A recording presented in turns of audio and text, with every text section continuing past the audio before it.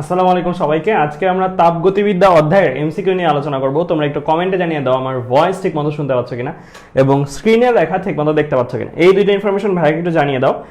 So আজকের ক্লাসে আমরা চেষ্টা করব যে তাপগতিবিদ্যা অধ্যায়ে যে এমসিকিউ গুলো আসবে সেগুলোর একদম কমপ্লিট সলিউশন যেন আমরা এখানে পেয়ে যাই। বিশেষ করে আমি যদি বলি 21 ব্যাচের অলরেডি সামনে আর কয়টা দিন আছে, বেশি দিন নাই, অক্টোবরও শেষ হয়ে গেছে, রাইট? সো আর অলমোস্ট এক মাস আছে। সো তাপগতিবিদ্যা অধ্যায়টা 21 ব্যাচের জন্য এমনিতেই ইম্পর্টেন্ট। 21 ব্যাচের জন্য এই তাপগতিবিদ্যা অধ্যায়টা এমনিতেই ইম্পর্টেন্ট। তার উপরে যদি আমি বলি এই 21 ব্যাচের এই অধ্যায়টা থেকে তোমাদের তো কয়টা দিতে হবে, যে 25টা এমসিকিউ থেকে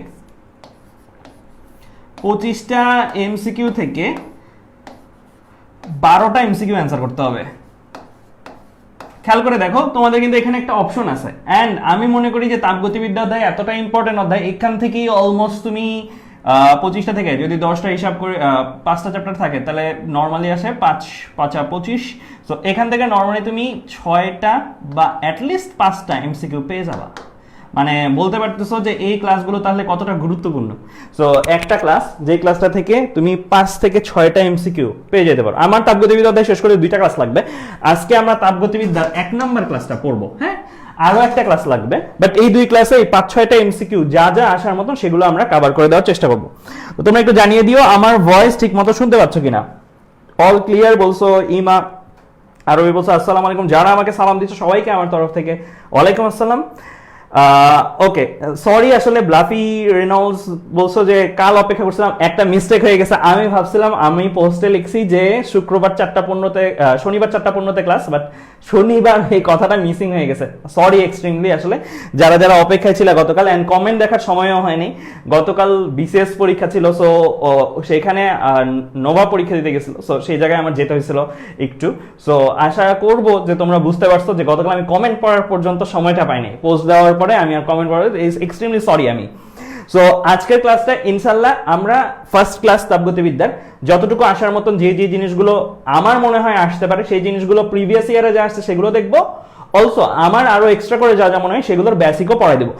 ইঞ্জিনিয়ারিং ক্লাসগুলো থেকে কিন্তু অনেকগুলো বেসিক স্লাইড আমি এই স্লাইডটার মধ্যে রেডি করছি, ঠিক আছে?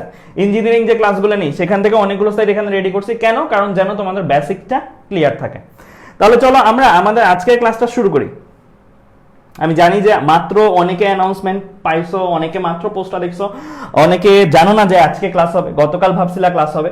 So extremely sorry for that. চলো আমরা আর কথা না বাড়াই, তাহলে চলো আমাদের আজকের ক্লাসটা আমরা শুরু করি। আজকের ক্লাসের একদম শুরুতে আমরা ছোট্টখাট্ট কিছু বেসিক দেখে যাব।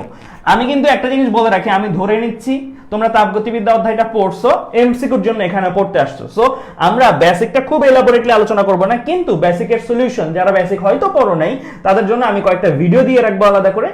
ওই ভিডিওগুলো তোমরা দেখে নিলেই বেসিক পার্টটা কভার হয়ে যাবে, ঠিক আছে? আর পিডিএফ তো ভাইয়া অলরেডি দিই। তো তোমরা খাতা, কলম, ক্যালকুলেটর এই 3টা জিনিস নিয়ে রেডি থাকো।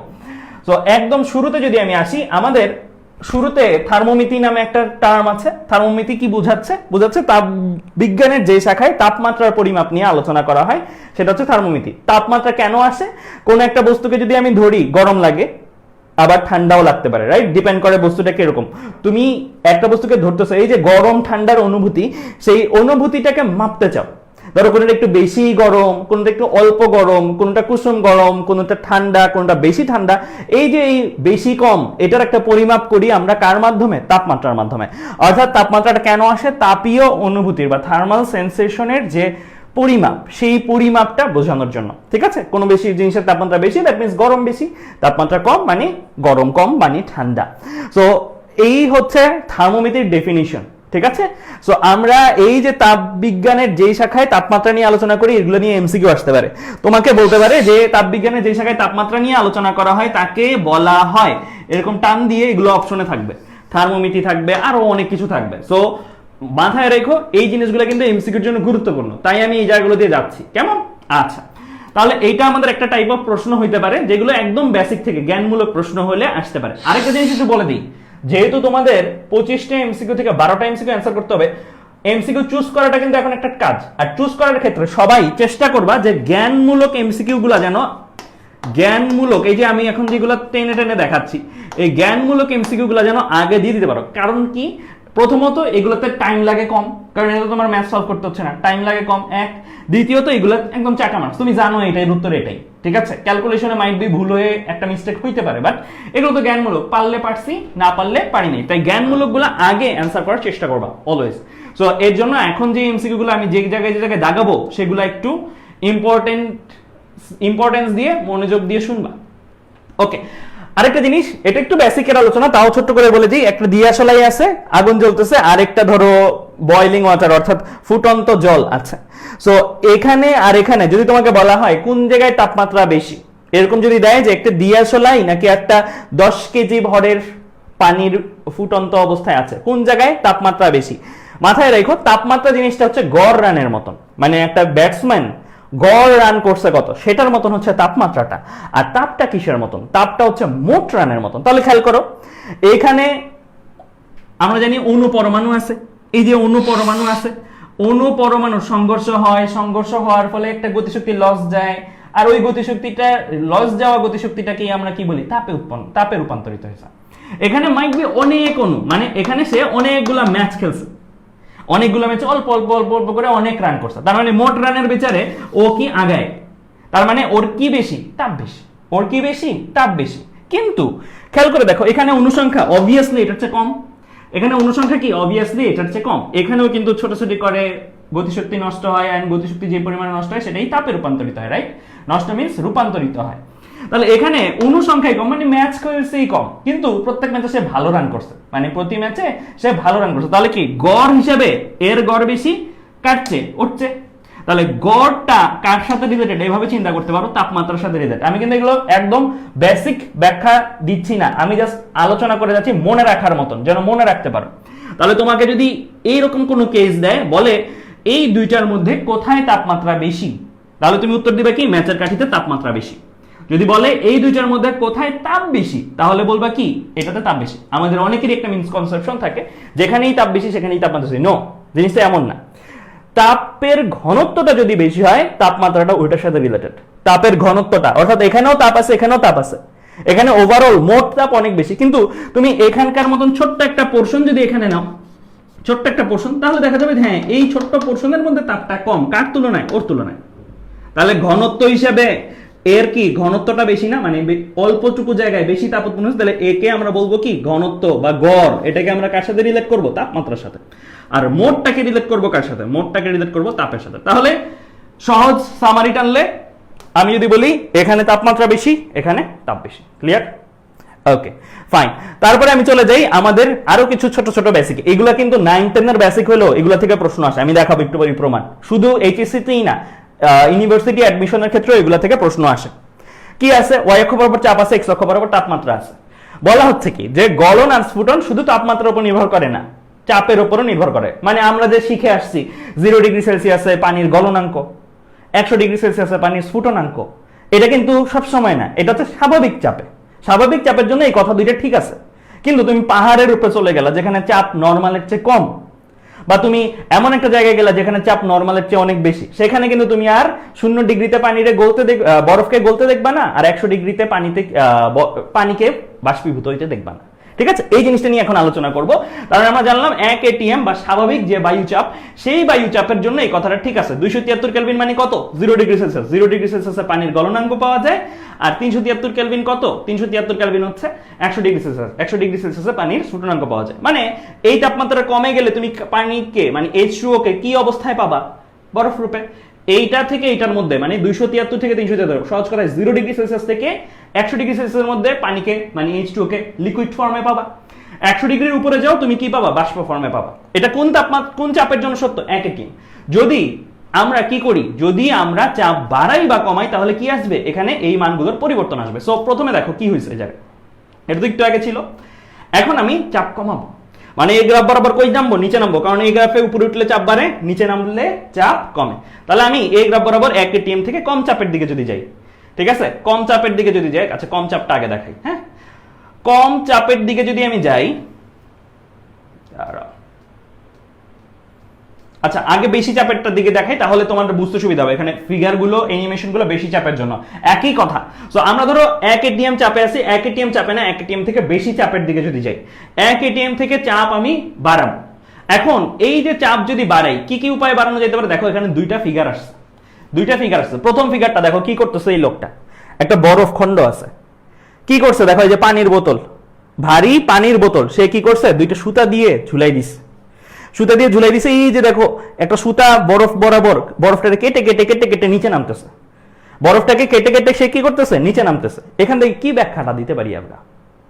খেয়াল করো তো, এই বরফটা কি স্টেজে আছে? বরফ স্টেজে আছে।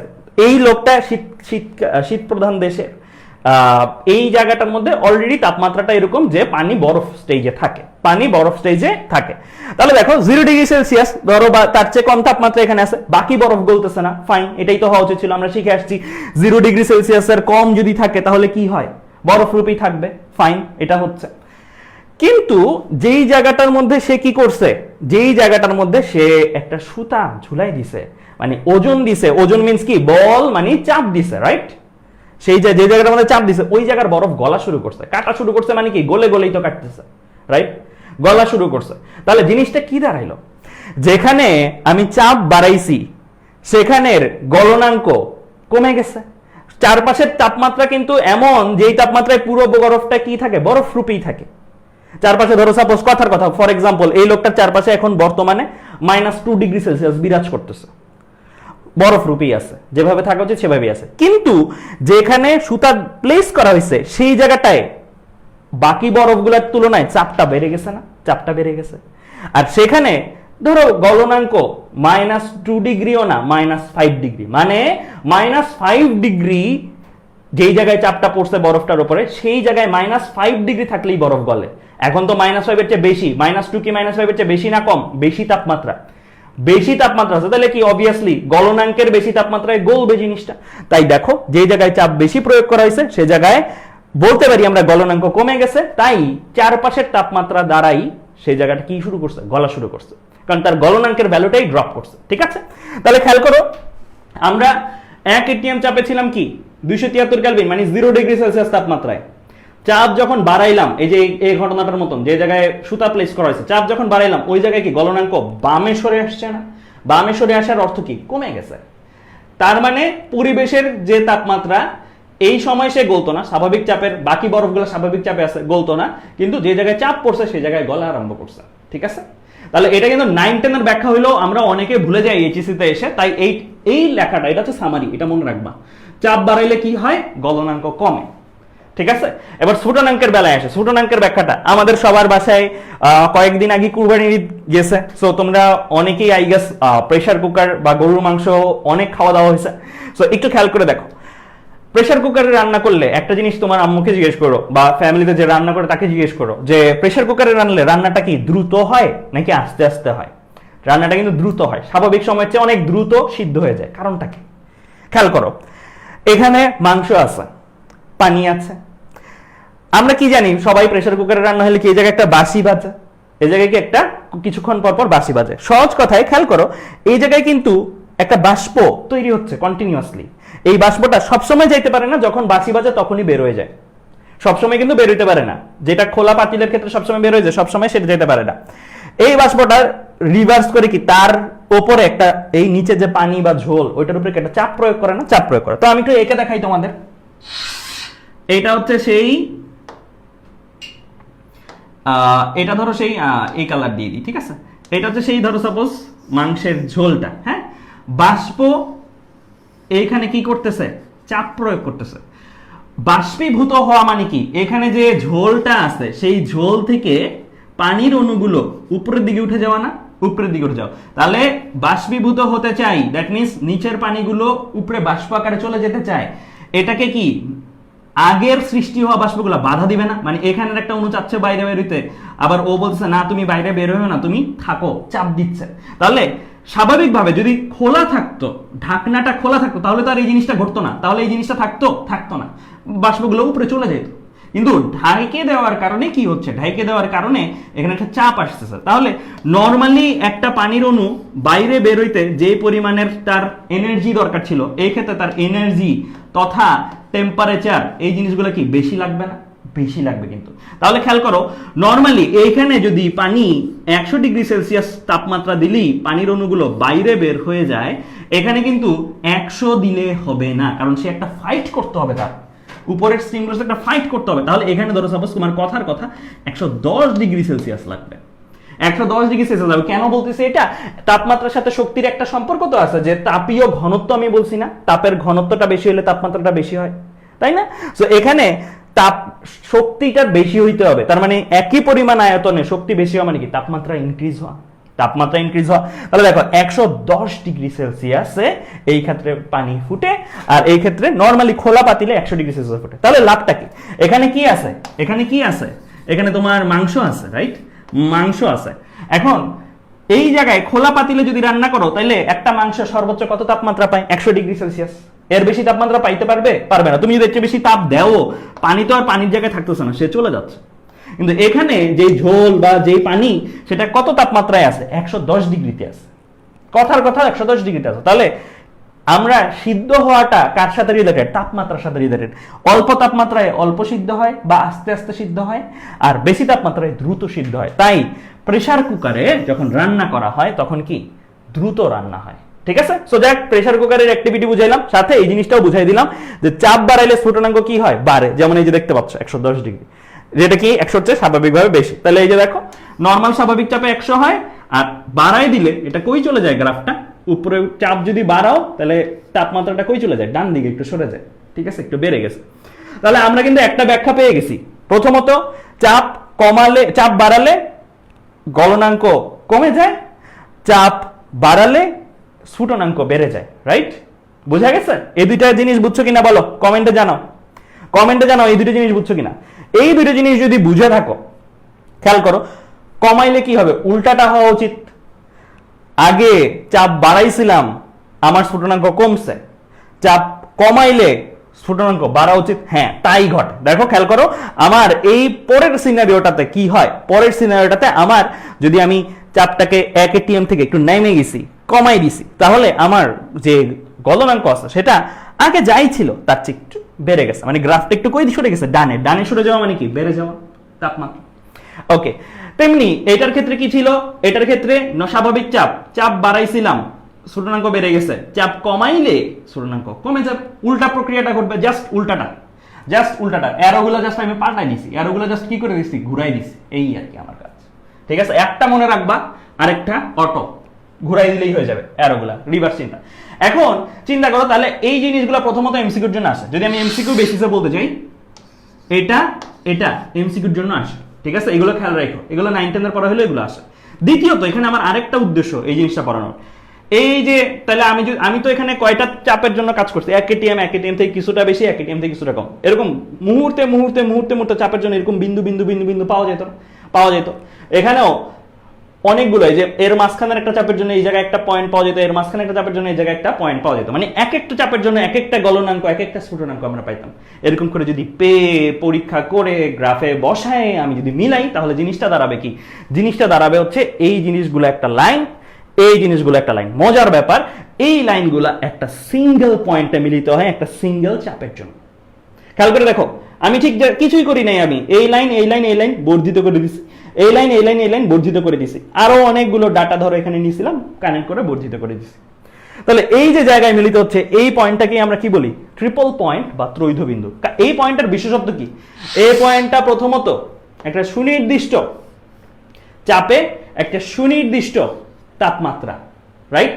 খেয়াল করে দেখো, এটা তো একটা গ্রাফে একটা single point, right? Single point মানে কি? একটা সুনির্দিষ্ট পি এর মান তার আছে, আর একটা সুনির্দিষ্ট এক্স এর মান মানে তাপমাত্রার মান তার আছে, তাই তো? তাহলে খেয়াল করো, এই পয়েন্টটার বিশেষত্ব হচ্ছে এই পয়েন্ট, একটু চিন্তা করো তো, এই লাল দাগের ডানে গেলে কি? বাষ্প। লাল দাগের বামে গেলে কি? লিকুইড। আর লাল দাগের উপরে থাকলে কি? না বাষ্প না লিকুইড, ট্রানজিশন স্টেজ। এই নীল দাগের ডানে গেলে কি? লিকুইড। এই নীল দাগের বামে গেলে কি? কঠিন বা সলিড। এই নীল দাগে কি? না কঠিন না লিকুইড, মানে একটা মধ্য অবস্থা। তাহলে এরা যখন মিলিত হয় এই জায়গাটাতে, লাল নীল যখন মিলিত হয়, তাহলে না এটা পুরোপুরি কঠিন, না এটা পুরোপুরি তরল, না এটা পুরোপুরি বাষ্প। তাই এখান থেকে ত্রৈধ বিন্দুর সংজ্ঞাটা আসছে এরকম, যে তাপমাত্রায় যে তাপমাত্রায় বিশুদ্ধ পানি একাধারে বরফ, বাষ্প ও পানি রূপে থাকে, সেই তাপমাত্রাটাকে আমরা কি বলি? সেই তাপমাত্রাটাকে আমরা বলি ত্রৈধ বিন্দুর তাপমাত্রা। ঠিক আছে, ত্রৈধ বিন্দুর কিন্তু শুধু তাপমাত্রাটা যে ফিক্সড তা না, চাপটাও ফিক্সড। বিশুদ্ধ পানি, ত্রৈধ বিন্দুর চাপ, এগুলো কিন্তু আসে এমসিকিউতে। পয়েন্ট কত? 006 ATM। এমসিকিউর জন্য ইম্পর্টেন্ট। এমসিকিউর জন্য এই দুইটা জিনিস অনেক একটু পরেই দেখাচ্ছি আমি, এগুলো যে এমসিকিউতে আসে, এগুলো যে এমসিকিউতে আসে একটু পরেই আমি এগুলো দেখাচ্ছি। বুঝছো কিনা বলো? এই পর্যন্ত যা বুঝাইলাম বুঝছো কিনা? ওকে, তাহলে চলো এবার এমসিকিউতে আমরা চলে যাই। তাহলে আমরা এই বেসিক গুলো দেখলাম, এখন সরাসরি এমসিকিউতে চলে যাই। এই টাইপের এমসিকিউ গুলা বিগত সালে আসছে, খুবই ইজি এমসিকিউ আসে। এই টাইপের এমসিকিউ গুলো দেখলে একবারে নাম্বার হারানো যাবে না, কোনোভাবেই এই এমসিকিউ গুলো দেখলে নাম্বার হারানো যাবে না। সো প্রথম এমসিকিউ আমরা করতেছি, কোনটি তাপের একক নয়? সো ক্যালোরি, আর্জ আর জুল। ঠিক আছে, এই তিনটাই কিন্তু কি তাপের একক, রাইট? সো আমরা কোনটাকে বলবো? কেলভিন। কেলভিন কি তাপমাত্রা একক? তাপ আর তাপমাত্রা কি এক জিনিস না? তাহলে এটার উত্তর কি? এটার উত্তর হচ্ছে আমার গ্রিন কালারটা নিয়ে নিই। এটার উত্তর হচ্ছে আমার কি? কেলভিন। ঠিক আছে, খুবই সিম্পল। এই টাইপের এমসিকিউ আসলে একবারে নাম্বার মিস করা যাবে? উত্তর হচ্ছে না, নাম্বার মিস করা যাবে না। সো এটার একক কি? কেলভিন, তাপমাত্রার একক। সো এটা তাপের একক না। ফার্স্ট এমসিকিউ ডান। এবার সেই সেকেন্ড এমসিকিউ, এই যে দেখো, একটু আগে ভাইয়া এই জিনিসটাই পড়াচ্ছিলাম, কিন্তু দেখি তো এই জিনিসটা তোমরা উত্তর দাও। এটা আমি দিব না, এটা তোমরা দাও। এই জিনিসটা আমি উত্তর দিব না, এটা তোমরা দাও। দেখি এটা উত্তর তোমার দাও।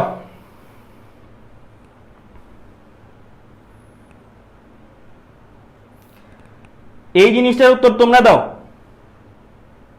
এই যে একজন প্রশ্নও করছিল এরকম, ভাইয়া পাহাড়ের উপরে রান্না করলে তাপমাত্রা কম লাগে, বিষয়টা একটু ক্লিয়ার করে দিবেন। হ্যাঁ, পাহাড়ের উপরে রান্না করলে তোমার কি গলনাঙ্ক, পাহাড়ের উপর কি চাপ কমে যাবে। চাপ কমে গেলে কি হবে? গলনাঙ্ক কমে যাবে না? স্ফুটনাঙ্ক কমে যাবে না? স্ফুটনাঙ্ক কমে যাবে। আমরা দেখছিলাম কি চাপ বাড়াইলে স্ফুটনাঙ্ক বাড়ে, চাপ কমাইলে কি স্ফুটনাঙ্ক কমে। পাহাড়ের উপর স্ফুটনাঙ্ক কমে গেছে, স্ফুটনাঙ্ক কমে গেলে পাহাড়ের উপর যদি একটা মাংস সিদ্ধ করো, ওই মাংস যেই পানিটা পাবে গরম পানিটা সিদ্ধ করার সময়, ওই পানিটার তাপমাত্রা কি হবে? বিলো 100। ওইটার তাপমাত্রা কি হবে? বিলো 100। সো এটার উত্তর দেখি দিচ্ছ। হ্যাঁ, অনেকেই দিছো বি, আবার অনেকে এও দিছো। জেসমিনারা বি, আরবি বি, মিমি দিছো এ, সাফরাত দিছো এ, চন্দি ভট্টাচার্য দিছো এ, নীলাঞ্জনা নীলা দিছো বি, ইমা দিছো এ, জেসমিনারা বি। ওকে, তাহলে দেখো এটার উত্তর কি হবে?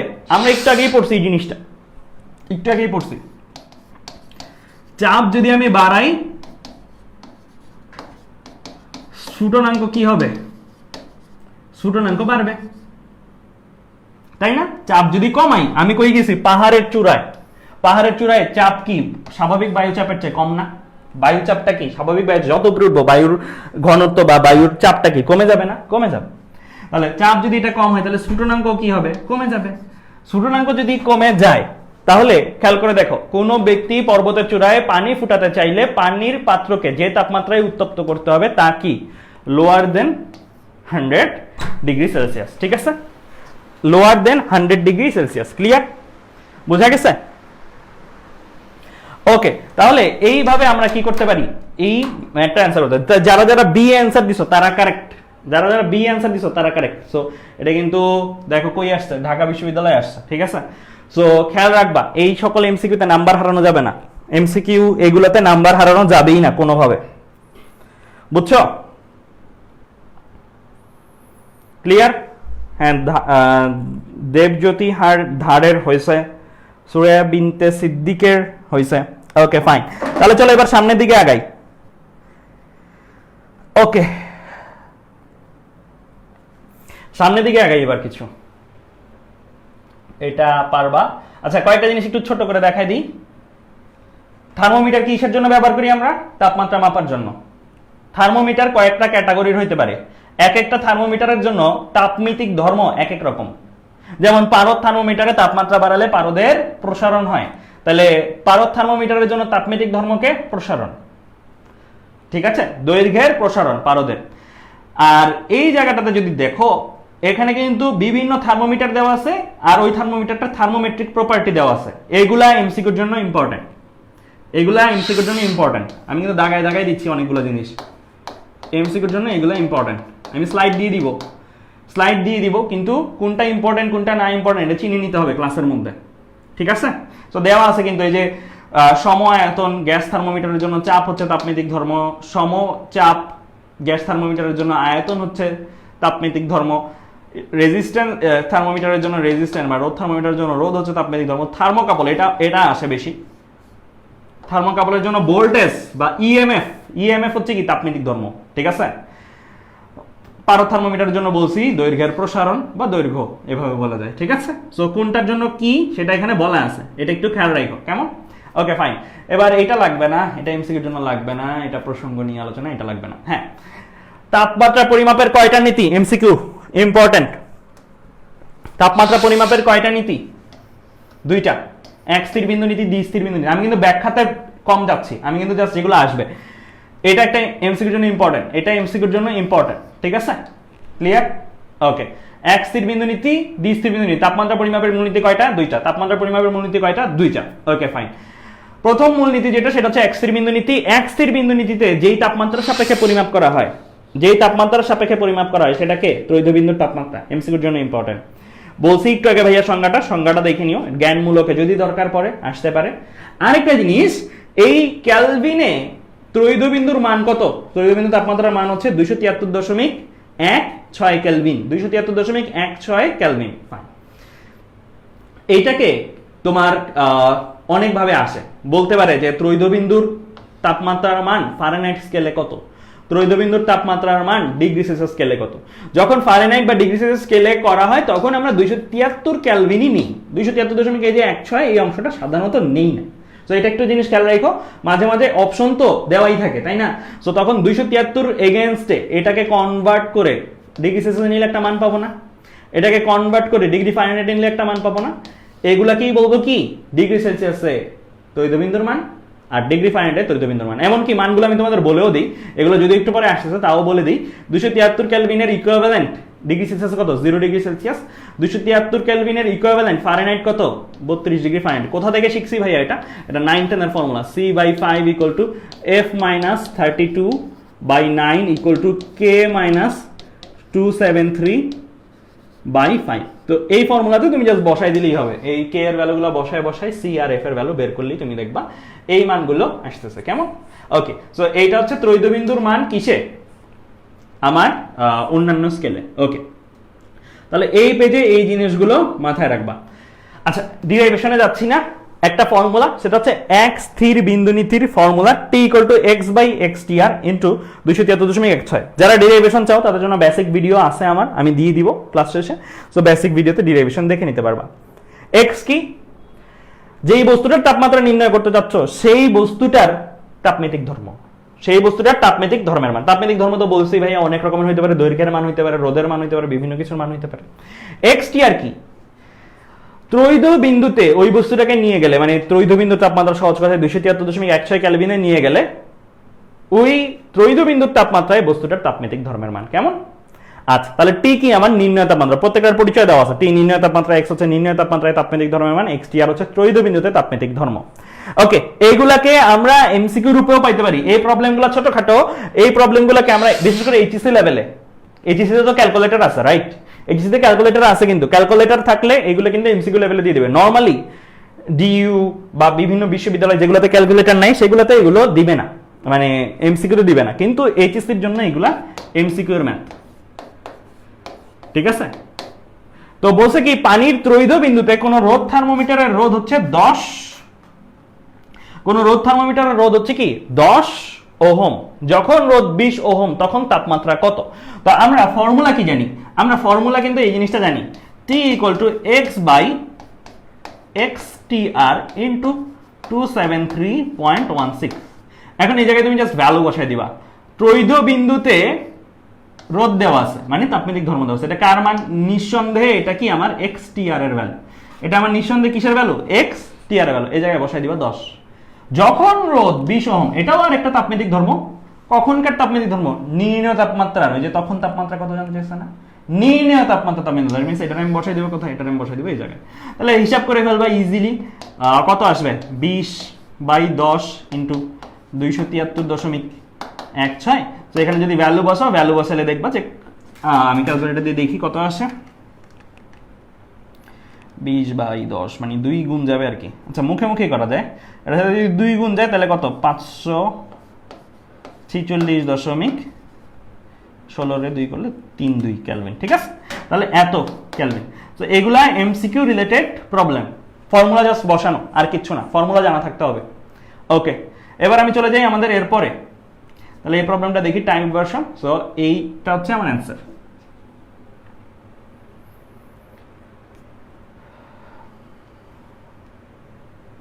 ঠিক আছে, ওকে, এই টাইপের প্রবলেমগুলো তোমার কি কাজে লাগবে। এটা বাসায় নিজেরা করবা, এই জিনিসটা বাসায় নিজেরা করবা, ঠিক আছে? এটা আমি আর করাই দিচ্ছি না, এখানে বাসায় নিজেরা করবা, স্লাইড দিয়ে দিব ভাইয়া। আচ্ছা, আমরা একস্থিক বিন্দু নীতি দেখলাম, ফর্মুলা দেখলাম, একটা আসার মতন এমসিকিউ দেখলাম, আরো কি কি এমসিকিউ আসতে পারে সেগুলো দাগাই দিলাম। এবার দ্বিস্থির বিন্দু নীতি নিয়ে এই কাজগুলো করব। দ্বিস্থির বিন্দু নীতি নামের মধ্যেই বোঝা যায় এখানে কয়টা তাপমাত্রাকে আদর্শ ধরবো আমি, এখানে কয়টা তাপমাত্রাকে আদর্শ ধরবো, 2টা তাপমাত্রাকে আদর্শ ধরবো। কোন 2টা তাপমাত্রা? আমাদের সবার পরিচিত, একটা হচ্ছে পানির গলনাঙ্ক আর একটা হচ্ছে পানির স্ফুটনাঙ্ক। এগুলাকেই আমরা এখানে 2টা নামে রাখি, নিম্ন স্থির বিন্দু বা ঊর্ধ্বস্থির বিন্দু। নিম্ন স্থির বিন্দু বা ঊর্ধ্বস্থির বিন্দু, আরো কিছু নামে ডাকা যায়, বলা হয় বরফ বিন্দু। নামগুলোর সম্বন্ধে একটু কেয়ারফুল থাকবা, অনেক ক্ষেত্রে বরফ বিন্দু কি ছোটখাটো জিনিস মনে নাও থাকতে পারে। এটা হচ্ছে বাষ্প বিন্দু বা স্টিম বিন্দু। এখানে বিন্দু, এই চ্যাপ্টারে বিন্দু কথাগুলো অ্যাকচুয়ালি থার্মোমিটারের উপরে যে কোনো একটা বিন্দু বোঝায়, দ্যাট মিন্স তাপমাত্রা বোঝায়। বিন্দু এখানে কি বোঝায়? তাপমাত্রা বোঝায়, ঠিক আছে? তাহলে এই মানগুলো তোমাদের একটু মনে রাখতে হবে যে বিভিন্ন স্কেলে এই টি আইস মানে নিম্নস্থির বিন্দুর মান কত, ঊর্ধ্বস্থির বিন্দুর মান কত, 0, 100, 32, 212 ফারেনহাইটের জন্য, আর ক্যালভিনের জন্য 273, 373। বিশেষ করে এই জিনিসটা ভুলে যাই আমরা মাঝে মাঝে, এগুলো মনেই থাকে, এগুলো আমরা পারি, বাট এই দুইটা ভুলে যাই। এই দুইটার ক্ষেত্রে একটু খেয়াল রাখো, ঠিক আছে? এটা মনে রাখতে হবে, পরীক্ষা হলে কিছু করার নেই, মনে রাখতে হবে। মৌলিক ব্যবধান, এটাও আসে মাঝে মাঝে। মৌলিক ব্যবধান চলো বের করি তো। ডিগ্রি সেলসিয়াসের জন্য মৌলিক ব্যবধান ফর্মুলা বসো, 100 বিয়োগ 0 মানে কত আসবে, 100। আর ফারেনহাইটের জন্য 212 থেকে 32 বাদ দাও, কত আসবে, 180। এটা মনে রাখো। 373 বিয়োগ 273, দ্যাট মিন্স কত, 100, ঠিক আছে? তাহলে এটা হচ্ছে কিসের মান, এগুলো লিখলাম এন। এন দিয়ে কি বোঝায়, মৌলিক ব্যবধান, ঠিক আছে? Okay fine. আচ্ছা, তাহলে আমরা এই জিনিসগুলো এমসিকিউর জন্য খেয়াল রাখবো। মৌলিক ব্যবধান, এই ছোটখাটো ফর্মুলাগুলো দিয়ে, এই মৌলিক ব্যবধান দিয়ে কিন্তু নর্মালি কোনো বড় ম্যাথ আসে না, আসলে এমসিকিউ রিলেটেড ম্যাথই আসে। আসলে কি আসে, এমসিকিউ রিলেটেড ম্যাথই আসে। Okay fine. আচ্ছা, এটাও ডেরিভেশনে যাচ্ছে না, এখানে ফর্মুলা আছে t - tis divide by t steam minus tis equal to x - xis divide by x steam minus xis। আশা করি সবাই এই ফর্মুলাটা পারো। এমসিকিউর জন্য আমরা পড়তেছি, এটা ডেরিভেশনে যাচ্ছি না, ভিডিও দিয়ে দিব। সো t কি, নির্ণয় তাপমাত্রা, tis t স্টিম, এগুলো তো টেবিল দেখলামই। আর x কি, ওই তাপমাত্রাগুলোতে তাপমেতিক ধর্ম। এটা পারদ থার্মোমিটার হলো দৈর্ঘ্যের মান, রোদ থার্মোমিটার হলো রোদের মান, যেই থার্মোমিটার ইউজ করবা সেই সাপেক্ষে সেই মানগুলো, ঠিক আছে? Okay fine. এই ম্যাথগুলোও এইচএসসি এমসিকিউর জন্য ইম্পর্টেন্ট। এইচএসসি এমসিকিউ এর জন্য ইম্পর্টেন্ট, এগুলো নরমালি ডিইউ বা এই জায়গাগুলোতে পাবা না। একটা নির্দিষ্ট রোদ থার্মোমিটারের রোদ, বরফ বিন্দু, স্টিম বিন্দু, এই যে নামগুলা, তার মানে এটা কিসের ভ্যালু, এটা প্রথমত তাপমেতিক ধর্ম, একক দেখে চিনলাম। কেমনে চিনলাম, একক দেখে চিনলাম। প্রশ্ন যখন পাবা এইচএসসিতে এইভাবে করবা, এটা কোন চলকটা সেটা লিখে ফেলবা, এক্স আইস। এটা কোন চলকটা সেটা লিখে ফেলবা, এক্স স্টিম। বলছে কোন তরলে স্থাপন করলে এর রোধ 6.1 ওহম, এটা হচ্ছে র্যান্ডম একটা এক্স, মানে যেইটা নির্ণয় তাপমাত্রা হবে সেটা। তরলের তাপমাত্রা কত, দ্যাট মিন্স টি কত। তো এই যে এই টাইপের প্রবলেমগুলো যখন তোমাকে দিবে, তখন তোমার কিন্তু টি আইস, টি স্টিম এগুলো বলে দিবে না। বলছি ভাই একটু আগে এগুলো মুখস্থ রাখতে হয়, সো এগুলো আমার মুখস্থ থাকবে। সো ফর্মুলাতে আমি চলে যাব, T minus T ice, T steam minus T ice equal to X minus x ice, X steam minus x ice. এই ফর্মুলাতে জাস্ট ভ্যালুগুলো বসায় দিব। আমি তোমাদের এখানে একটা জিনিস শেখাইতে চাই, এটা যদিও মুখে মুখে করা যায়, বাট স্টিল আমি একটা জিনিস তোমাদের একটু দেখাইতে চাই। এই জায়গাগুলো ক্যালকুলেটরে একটা স্টেপে করবা, কিভাবে করবা এটা একটু দেখাই তোমাদের সবাইকে। ক্যালকুলেটরে কিভাবে করবা এটা একটু দেখাই।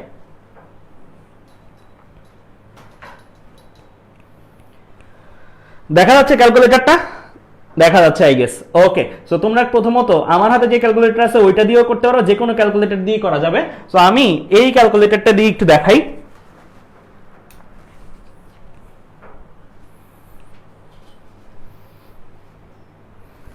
তোমরা ফার্স্ট অফ অল চলে যাবা কোথায়, আমার ক্যালকুলেটরে মোডে, যে এতে সরি মোডে না, তোমরা এই ক্যালকুলেটরটা যদি থাকে, এই ক্যালকুলেটর থাকলে ডিরেক্ট ইকুয়েশন লিখবা।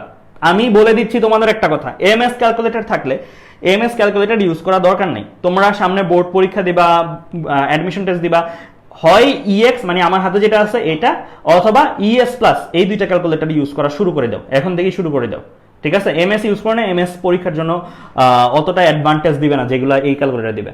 সো তুমি প্রথমত এই ভ্যালুগুলো বসাবা।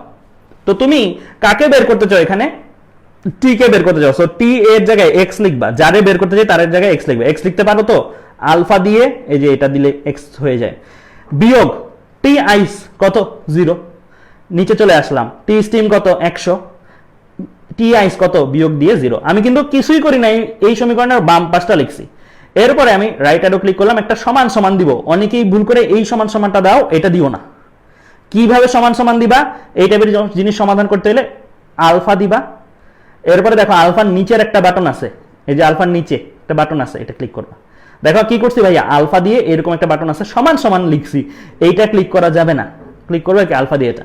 দেন তুমি ডান পাশটা লিখবা। ডান পাশটা কিভাবে লিখবা, আবার ভগ্নাংশ sign, x minus x ice, x কত, এক্স আমি বের করব, এক্স আমার দেওয়া আছে 6.1, এই যে 6.1, বিয়োগ এক্স আইস কত, এক্স আইস দেওয়া আছে 4.5, নিচে চলে গেলাম, তারপরে এক্স টিম কত 9.5, বিয়োগ দিয়ে লিখবো আবার 4.5, এই যে এইটা লিখছি x minus x ice divide by x steam minus x ice, লেখা হয়েছে।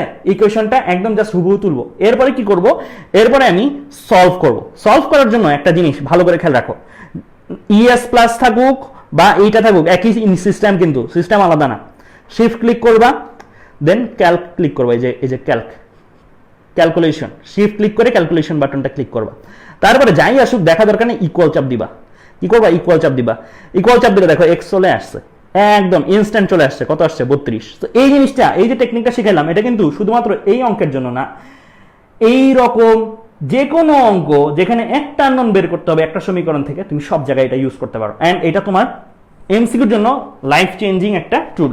এই জিনিসটা কিন্তু খুবই কাজে লাগাইতে হবে এইচএসসি পরীক্ষায়, কারণ তোমার এত লেখার রাফ করার জায়গা থাকবে না, সময় থাকবে না, ঠিক আছে? তাহলে আমার এক্স কত আসছে 32, এক্স মানে আমরা কোনটাকে এক্স ধরছিলাম, আমার আননোন ছিল টি, তাই টিটাকে আমি এক্স ধরছিলাম, তাই তো বসাইছি, তাই টি আসছে কত 32। আমি কোন সেলসিয়াসে কোন স্কেলে বসাইছি এগুলা, সেলসিয়াস স্কেলে, তাহলে এটাও কি সেলসিয়াস, রাইট? তাহলে এটা হচ্ছে আমার কি টেকনিকটা শিখাই দিলাম ভাইয়া। এরকম যত এমসিকিউ আছে আমরা কিভাবে করব, মাত্র যে টেকনিকটা দেখেছি সেভাবে করব, সময়ও বাঁচবে, মাথাও বাঁচবে, ঠিক আছে? ওকে ফাইন, তাহলে আমরা এই জিনিসটার সলভটা দেখে ফেলি। সলভটা আমরা এইভাবে করতে পারি, 32 ডিগ্রি সেলসিয়াস। ওকে, আচ্ছা, এবার আমরা চলে যাই সামনের দিকে। সো আমরা বিভিন্ন স্কেলের মধ্যে সম্পর্ক ছোটবেলায় শিখছিলাম, এটা 9-10 ছিল, এটার আর ব্যাখ্যা যাচ্ছে না। c/5 = f - 32/9 = k - 273/5। কোথায় ইউজ করি, কখন ইউজ করি? যখন আমরা এক স্কেলের মান থেকে আরেক স্কেলের মানে যেতে চাচ্ছি, ডিগ্রি সেলসিয়াস থেকে ফারেনহাইট, ফারেনহাইট থেকে কেলভিন, ঠিক আছে? সো এই ফর্মুলাটা দিয়ে কি কি এমসিকিউ আসতে পারে এগুলো একটু দেখি। আরেকটা জিনিস বলে রাখি ভাইয়া, এই যে সম্পর্কটা লিখছি, এই সম্পর্কটা অনুপাত সবসময় ধ্রুবক থাকে। এই সম্পর্কটার অনুপাত সবসময় কি থাকে, ধ্রুবক থাকে, যে কোনো স্কেল ভেদে। এখানে ডিগ্রি সেলসিয়াস বসাও, যেই মান পাবা, এখানে তুমি ফারেনহাইটের মানগুলো বসাও, যেই মান পাবা, এখানে তুমি কেলভিনের মানগুলো বসাও, যেই মান পাবা, যে কোনো স্কেলের জন্য এই সম্পর্ক সত্য, ঠিক আছে? আচ্ছা, তো এই সম্পর্কটা কাজে লাগাই কিন্তু এই ফর্মুলা আসছে। বসায় দেখো, এই যে c - 0/100 - 0, এটাই বসাইছি আমি। এটা এখানে যা মান দিবে, বলছি ফারেনহাইটে বসাইলেও তা মান দিবে, ফারেনহাইটে বসাইছি এই জিনিসটা, কেলভিনে বসাইছি এই জিনিসটা, সমান, এইটাকে সমান ধরি, কিন্তু এটার পরের লাইনে এইটা যেটা শিখে আসছে না, এটা কেমন? ওকে ফাইন, তাহলে চলো এবার আমরা একটা ত্রুটিপূর্ণ থার্মোমিটারের ম্যাথ করি। এগুলো এমসিকিউর জন্য আসতে পারে, কারণ তোমাদের এইচএসসি তে এবার চ্যাপ্টারই কম, সো এই টাইপের প্রবলেমগুলো এমসিকিউর জন্য অনেক বেশি ইম্পর্টেন্ট। এমনই হতে পারে আজকের ক্লাস থেকে 2টা এমসিকিউ সরাসরি কমন পেয়ে যেতে পারো, ঠিক আছে? আচ্ছা, তাহলে এই জায়গায় যদি তুমি দেখো, খেয়াল করো, এই জায়গায় যদি তুমি দেখো, তাহলে এখানে বলছে একটা ত্রুটিপূর্ণ থার্মোমিটারে বরফের হিমাঙ্ক 5 ডিগ্রি। তাহলে ত্রুটিপূর্ণ থার্মোমিটারে বরফের হিমাঙ্ক বলছে 5 ডিগ্রি। কিসের ভ্যালু এটা? ফোন আসতেছে, আমি একটু ফোনটা কেটে দিই। হ্যাঁ, তো এখানে বরফের হিমাঙ্ক বলছে 5 ডিগ্রি। কোথায়? এটা কি সঠিক স্কেল না ত্রুটিপূর্ণ? ত্রুটিপূর্ণ স্কেল। ত্রুটিপূর্ণের ভ্যালুগুলোকে তুমি প্রাইম দিয়ে প্রকাশ করে তাহলে বেটার, টি প্রাইম। আর যেহেতু এটা হিমাঙ্ক মানে বরফ বিন্দু, তাহলে টি প্রাইম আইস। স্বাভাবিক চাপে পানির স্ফুটনাঙ্ক এবং স্বাভাবিক চাপে পানির স্ফুটনাঙ্ক 95 ডিগ্রি, মানে এটাও কার মাপ? ত্রুটিপূর্ণের স্কেলিত মাপ। তাহলে এটা নর্মালি লেখা উচিত ছিল টি স্টিম, বাট ত্রুটিপূর্ণ দেখে প্রাইম দিলাম আমি, টি প্রাইম স্টিম। ত্রুটিপূর্ণগুলোকে আমি প্রাইম দিয়ে প্রকাশ করি। কোন বস্তুর প্রকৃত তাপমাত্রা, প্রকৃত তাপমাত্রা মানে কি? এটা তো সঠিক স্কেলে মাপা তাপমাত্রা। 30 ডিগ্রি সেলসিয়াস হলে ওই থার্মোমিটারের পাঠ কত? তার মানে এটা তোমার দেওয়া আছে সঠিক মান, দ্যাট মিন্স সরাসরি টি, টি প্রাইম না, কিন্তু এটা কি দেওয়া আছে তোমাকে? টি দেওয়া আছে। Okay fine. তাহলে এই জায়গাটা থেকে তুমি কি বের করতে চাও? এই জায়গাটা থেকে তুমি হ্যাঁ, কোন বস্তুর প্রকৃত তাপমাত্রা 30 ডিগ্রি সেলসিয়াস হলে ওই থার্মোমিটারের পাঠ কত? তো আলটিমেটলি তুমি এই জায়গাটা থেকে ফর্মুলা বসাই দাও।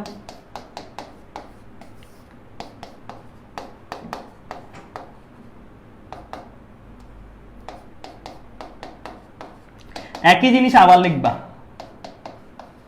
কার জন্য লিখবা এটা? ত্রুটিপূর্ণের জন্য।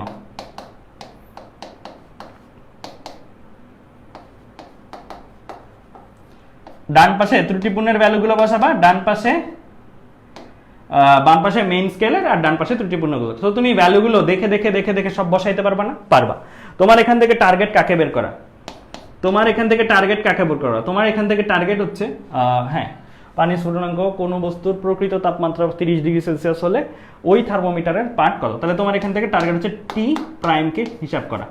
ঠিক আছে? টি আইস, টি স্টিম, ওই যে টেবিল দেখাইছি সেই টেবিল থেকে তো তুমি জানোই, টেবিল দেখাইছি টেবিল থেকে তো তুমি জানোই। তাহলে এই জায়গাটায় আশা করি তোমরা সবাই সলভ করতে পারবা। এই জিনিসটা আশা করি তোমরা সবাই সলভ করতে পারবা।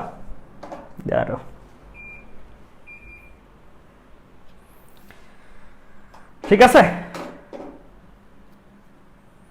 ওকে, তাহলে এই জায়গাগুলো আশা করি তোমরা এখানে সবাই সলভ করতে পারবা। জাস্ট ক্যালকুলেটরে বসায়, এই যে একটু আগে টেকনিক দেখাইছি সেই টেকনিকে বসায় সলভ করে দিবা, এতটুকুই। তাহলে এই টাইপের প্রবলেমগুলো পারবো। হ্যাঁ, এরপরে ভাইয়া চলে যাই এর পরের থিওরিটাতে। হ্যাঁ, এটাতে দেখো, একটু আগে আমরা কি শিখছি?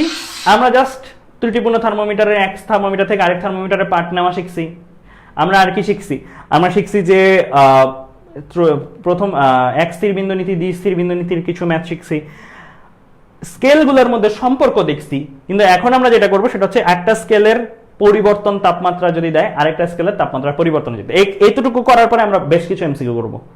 এই পার্টটা হলে আমার একটা থিওরি ওভারঅল কমপ্লিট হবে, একটা থিওরির অংশ ওভারঅল কমপ্লিট হবে, আমাদের তাপমাত্রার পার্টটা কমপ্লিট হবে। এরপরে আমরা বেশ কিছু এমসিকিউ করবো যা আসছে।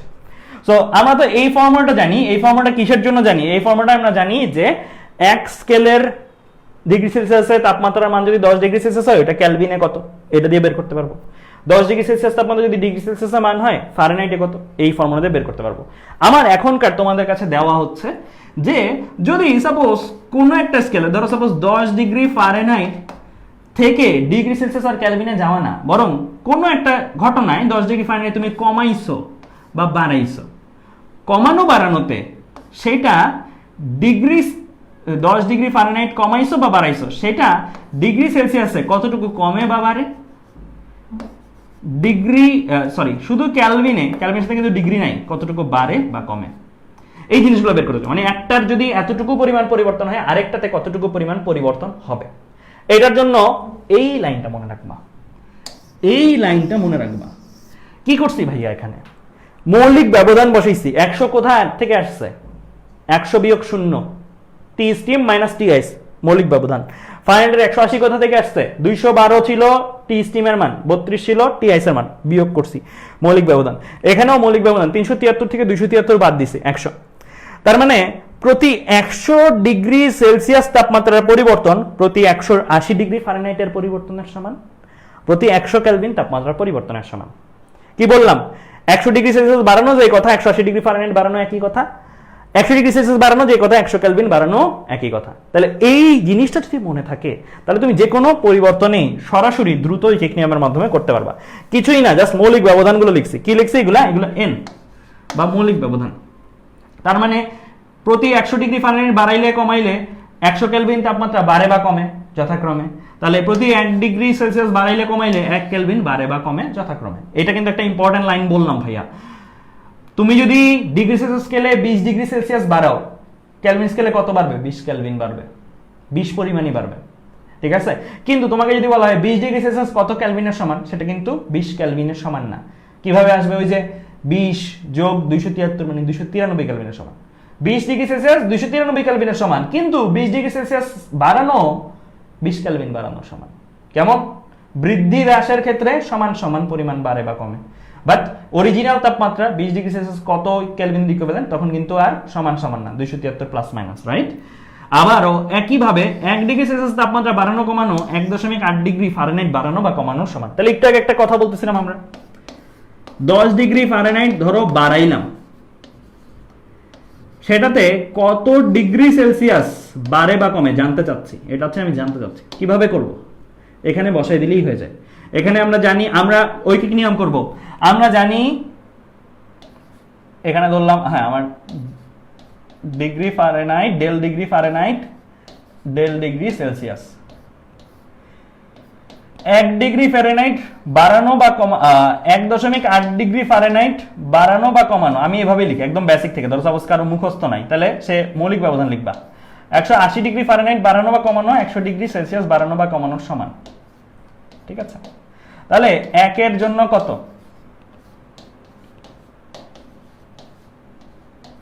তাহলে লাগবে কতর জন্য? 10 এর জন্য। লাগবে কতর জন্য? 10 এর জন্য।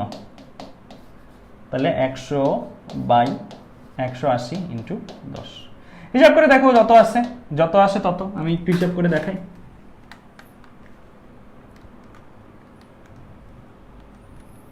তাহলে 5.55 ডিগ্রি সেলসিয়াস। তার মানে দাঁড়াইলো কি, 100 ডিগ্রি ফারেনহাইট বাড়ানো কত ডিগ্রি সেলসিয়াস বাড়ানোর সমান? 5.55, ঠিক আছে, 5.55, ঠিক আছে, ওকে। তাহলে চলো এবার আমরা বেশ কিছু ম্যাথ প্রবলেম সলভ করি। ক্লিয়ার? এই সম্পর্কটা ক্লিয়ার? এটা রাখবে এমসিকিউর জন্য। ওকে, তাহলে চলো এবার বেশ কিছু ম্যাথ প্রবলেম করি আমরা। হ্যাঁ, এটা থেকে শুরু করতে পারি আমরা। কোন তাপমাত্রায় সেন্টিগ্রেড মানে সেলসিয়াস স্কেল আর কি, সেন্টিগ্রেড ও ফারেনহাইট স্কেলে একই পাঠ দিবে? সহজ কথায়, ডিগ্রি সেলসিয়াস তাপমাত্রার মান যদি হয় সি আর ফারেনহাইটের মান যদি হয় এফ, কোন তাপমাত্রার জন্য যাহাই সি এর মান তাহাই এফ এর মান। তাহলে এটা ডিরেক্ট ফর্মুলা ইউজ করো তুমি, c/5 ইকুয়াল টু f - 32/9। তুমি শর্ত বসাই দাও, c/f, ধরো f এর মাধ্যমে প্রকাশ করো, f/5 ইকুয়াল টু f - 32/9। কি করবো এখন? ক্যালকুলেটরের 1 সমীকরণ 51 টেকনিকে চলে যাব। 1 সমীকরণ 51 টেকনিকে চলে যাব। অনেকের মুখস্থও হয়ে গেছে, এই ম্যাথটা এতবার আসে। তো আমি f কে বের করতে চাবো, f এর জায়গায় x বসাচ্ছি। দেখো ভাই কি করছি, f এর জায়গায় x বসাচ্ছি, x/5 লিখলাম, ইকুয়াল সাইন দিলাম, x, f এর জায়গায় x বসাচ্ছি, x - 32 লিখলাম, ডিভাইডেড বাই 9 লিখলাম। মানে আমি সহজ কথায় এই জিনিসটা লিখছি। দেখা যাচ্ছে কি? দাঁড়াও, এই লাইটটা জ্বালাই।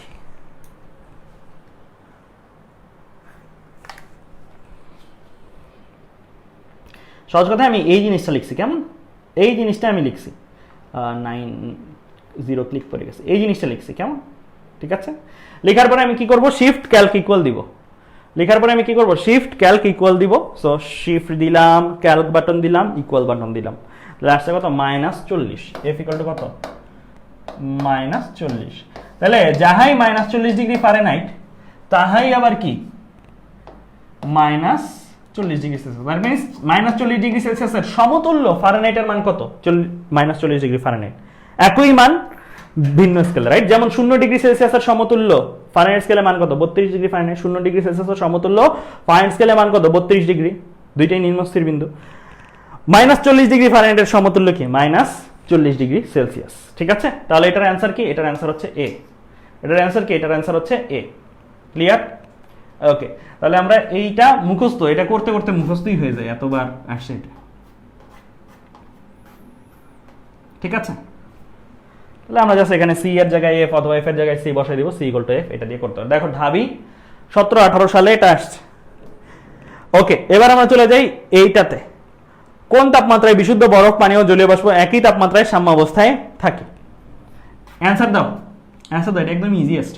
এটা তো আমরা জানি, ত্রৈধবিন্দু তাপমাত্রা 273.16।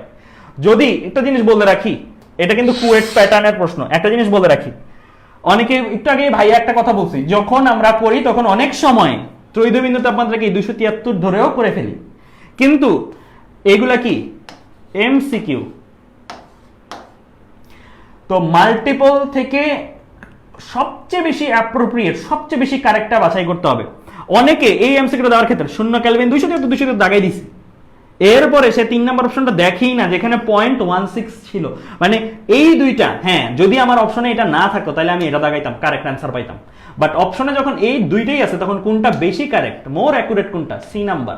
তাই দাগানোর আগে আমি বলবো হ্রাস করা দরকার নাই, প্যানিক হওয়া দরকার নাই, হ্রাস করা দরকার নাই যে একদম দেখছি আর দাগাই দিছি, হ্রাস করা দরকার নাই, সবগুলো অপশন দেখো, সবগুলো অপশন দেখো, কারণ কুয়েটে এই জিনিসটা বেশি করে, কুয়েটে এমনও করে যে ক নাম্বার, খ নাম্বার, গ নাম্বার, ঘ নাম্বার, বলছিও মনে হয় আগে। সো 7.23 ধরো অ্যান্সার, অ্যান্সার দিয়ে রাখবে 7, পরেরটা দিবে 7.2, পরেরটা দিবে 7.23, তাহলে এইগুলোর মধ্যে হ্যাঁ এটা দাগাই দিবে অনেকে, দেখা মাত্র এটা দাগাই দিবে অনেকে, কিন্তু অ্যাকচুয়াল উত্তর কি এটা, এটা ধরো আরেকটা জিনিস, ঠিক আছে? তো এই জায়গাটা একটু খেয়াল রাখো, মোস্ট অ্যাকুরেট অ্যান্সারটা যেন দাও, এই ভুলটা করো না, সবগুলো অপশন দেখো, এই টাইপের প্রবলেম পড়ার ক্ষেত্রে সবগুলো অপশন দেখো, যেটা সবচেয়ে বেশি অ্যাকুরেট সেটাকে দাগাবা। তাহলে আমি এখানে দাগাবো কি 273.16। এই এমসিকিউটা দিতাম না, আমি দিছি জাস্ট এই জিনিসটা বোঝানোর জন্য, ক্লিয়ার?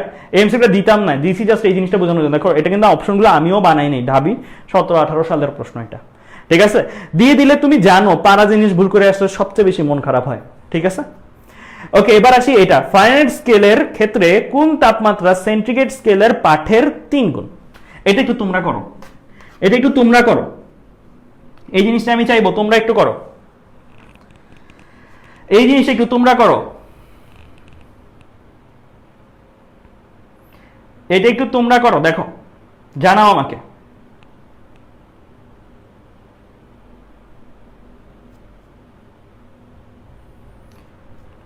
বি নাম্বার অ্যান্সার দিছো নাহিদা আক্তার, তারপরে নাহিদা আক্তার বি, আর কোনো অ্যান্সার দেখিনি এখনো। ঝড়ের গতিতে করতে হবে কিন্তু এগুলা, এগুলা তোমার ঝড়ের গতিতে করতে হবে, এগুলা করার জন্য তুমি অ্যাট বেস্ট কত টাইম নিবা, 40 সেকেন্ড 50 সেকেন্ড, দেখতেও হবে সব অপশনগুলা, কেমন? জান্নাত ফেরদৌসি বি,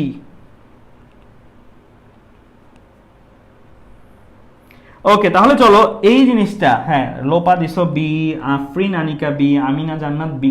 সো এই জিনিসটার মধ্যে জিনিস কিন্তু একই, ঘটনা সিম্পল, ঠিক আছে? বলছে যে কোন তাপমাত্রায় সেন্টিগ্রেড স্কেলের পাঠের 3 গুণ, কার মানটা? ফারেনহাইট স্কেলের মানটা সেন্টিগ্রেডের 3 গুণ, লিখে ফেলি না, ফারেনহাইট ইকুয়াল টু সেন্টিগ্রেডের মান যদি সি হয় তাহলে 3c, এটা হচ্ছে কন্ডিশন। ফর্মুলায় চলে যাব, c/5 equal to f minus 32/9। এখন আমি বসাই দেবো, যে কোনো একটাতে কনভার্ট করি, সাপোজ ধর আমি সি কে এফ এর মাধ্যমে প্রকাশ করলে একটা সি কয়টা এফ এর সমান, f/3 এর সমান, তাহলে আমি এখানে লিখে ফেলবো f/3 ইন্টু 15 f মাইনাস 32/9। ক্যালকুলেটারে 1 সমীকরণ 51 নামে চলে যাও, 5, হ্যাঁ 3 ইন্টু 5 মানে নিচে 15 হয়ে যাবে আর কি। সো ক্যালকুলেটারে 1 সমীকরণ 51 চলে যাই 1 সমীকরণ 51, তাহলে আমি f কে x দ্বারা লিখবো, x/15 লিখলাম এক পাশে, x/15 ইকুয়াল সাইনটা দিলাম, x বিয়োগ 32 লিখলাম, নিচে 9 লিখলাম। সো এই জিনিসটা আমি জাস্ট লিখছি, ঠিক আছে? এই জিনিসটা x/15 equal sign x minus 32/9, এরপর দেব shift calc equal, shift calc equal দিলে আমি f পেয়ে যাচ্ছি 80, শেষ, ম্যাথ ডান।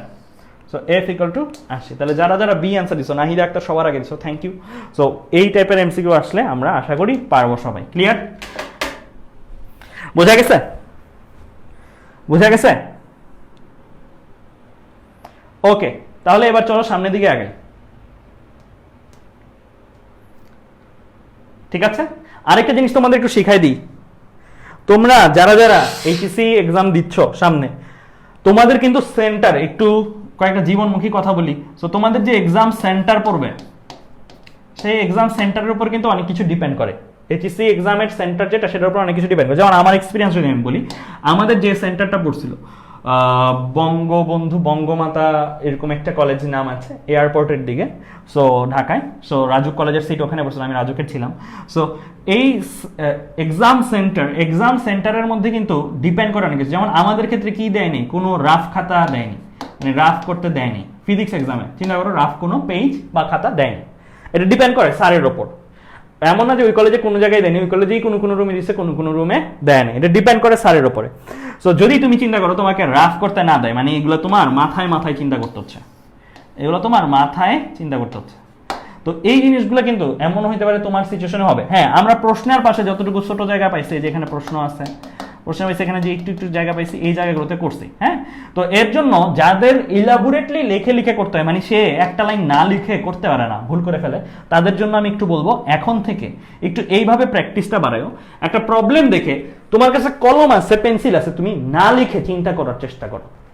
না লিখে ডিরেক্ট ক্যালকুলেটরের মধ্যে লিখবা, না লিখে ডিরেক্ট ক্যালকুলেটরের মধ্যে ইকুয়েশন লিখবা। মানে তোমার চিন্তা থাকবে এরকম, প্রশ্নটা দেখছো, প্রশ্নটা দেখে তোমার চিন্তা থাকবে এরকম, আচ্ছা এখানে শর্তটা কি f = 3c, ওকে আমার formula c/5 = f - 32/9, f = 3c যদি হয়, সিটার এক পাশে নিলে c = কত, f/3, তাহলে c/5 এর c এর জায়গায় যদি বসাই দিই f/3, তার মানে f/3 × 5 = f - 32/9 লিখে ফেলবা ডিরেক্ট ক্যালকুলেটর। আমি একটা জিনিসও খাতায় লিখলাম না, প্রশ্ন লিখলাম না, ডিরেক্ট ক্যালকুলেটরে লিখার প্র্যাকটিসটা। এক সমীকরণে 51 ডিরেক্টলি লিখলাম এখানে যে x/15 ইকুয়াল দিয়ে লিখলাম যে x - 32/9, এরকম করে লিখে ফেললাম, লিখে শিফট ক্যালক ইকুয়াল।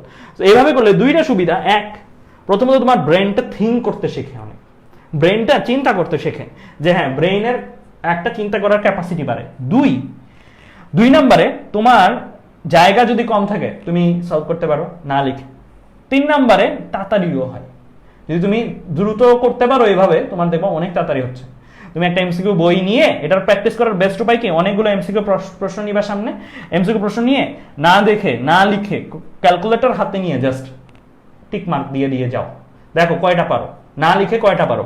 তো এই জিনিসটা আমি বলবো কেন, কারণ তোমার সেন্টার কেমন পড়ে কিভাবে পড়ে ইউ ডোন্ট নো। একটা এই অভ্যাসটা থাকলে অ্যাটলিস্ট তুমি এমন হবে না যে একদম বিপদে পড়ে গেছো। ঠিক আছে, ক্লিয়ার? এইচএসসি এক্সামে 100 ms এর উপর ক্যালকুলেটর ঢুকাতে দিবে? হ্যাঁ দিবে, আমি দিছি তো 991 ES প্লাস দিয়ে দিছি, 991 EX দিয়েও দেওয়া যায়। ক্যালকুলেটর এমন না যে তোমার 100 ms টা সুপিরিয়র বা 100 ms টা, ওটা ব্যবহার করতো আগের আমলে, এখন ES প্লাস আর EX ইউজ করে। কারণ শর্ত হচ্ছে নন প্রোগ্রামেবল ক্যালকুলেটর, নন প্রোগ্রামেবল মানে প্রোগ্রাম করা যায় না। সো ES প্লাসেও করা যায় না, EX এও করা যায় না। So according to the rule ওইটা ঠিক আছে, ক্লিয়ার? আমি নিজে 991 ES প্লাস দিয়ে দিছিলাম এইচএসসি এক্সাম। ওকে ফাইন, এবার চলো সামনের দিকে আগাই। সেলসিয়াস স্কেলে তাপমাত্রা পরিবর্তন 35 ডিগ্রি সেলসিয়াস হলে ফারেনহাইট স্কেলের পরিবর্তন কত? সেলসিয়াস স্কেলে তাপমাত্রা পরিবর্তন 35 ডিগ্রি সেলসিয়াস হলে ফারেনহাইট স্কেলে এই তাপমাত্রার পরিবর্তনটা কত? এই জিনিসটা জানতে চাইছে তোমার কাছে, ঠিক আছে? তাহলে এই জিনিসটা যদি জানতে চাই তুমি কি করবা, তুমি একটা জিনিস জানো, del degree Celsius del degree Fahrenheit. তুমি জানো 100 মৌলিক ব্যবধান যখন এখানে, তখন মৌলিক ব্যবধান এখানে কত? 180। 1 যখন এখানে, তখন এখানে কত? 180/100। তাহলে লাগবে কি এইখানে 35 যখন, তখন এখানে কত? করে দেখো কত আসে, করে দেখো কত আসে।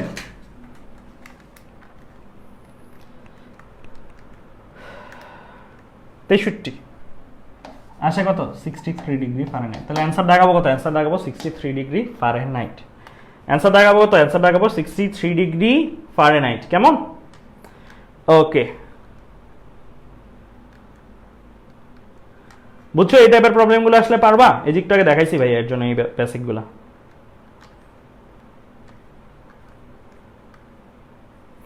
খেয়াল করে দেখো, এই প্রবলেমটা কেউ যদি এই ফর্মুলা দিয়ে করতা, মানে ধরো অবশ্যই এই ফর্মুলা দিয়ে করে ফেলছো, তাহলে কত আসতো? মানে যদিও না, তারপর আমি দেখাচ্ছি। ধরো সেখানে সি এর জায়গায় কত বসাইছো? সি এর জায়গায় 35 বসাইছো। করে দেখো তো কত আসে, করে দেখো কত আসে। 95 আসে। তাহলে 95 যদি কেউ বের করতো তাহলে কি হইতো? হইতো না। এটা বোঝাচ্ছে হচ্ছে 35 ডিগ্রি সেলসিয়াস কত ফারেনহাইটের সমান? 95 ডিগ্রি ফারেনহাইটের সমান। আর এটা বোঝাচ্ছে হচ্ছে 35 ডিগ্রি সেলসিয়াসের পরিবর্তন কত ডিগ্রি ফারেনহাইটের পরিবর্তনের সমান। কেমন? সো এটা কিন্তু রাইট ওয়ে না। সো আমি দেখি অনেকেই এই ফর্মুলাটা ইউজ করে, কিন্তু এটা রাইট ওয়ে না। ক্লিয়ার? বুঝছো? বুঝা গেছে? পরিবর্তন যখন বলবে তখন আমি চলে যাব কি এইভাবে, আর যদি রূপান্তর বলে তাহলে আমি চলে যাব কি এইভাবে। ঠিক আছে? বোঝা গেছে? ওকে ফাইন, তাহলে সামনের দিকে আগে। তাহলে ফারেনহাইট স্কেলে পরিবর্তন 9/5 × 35।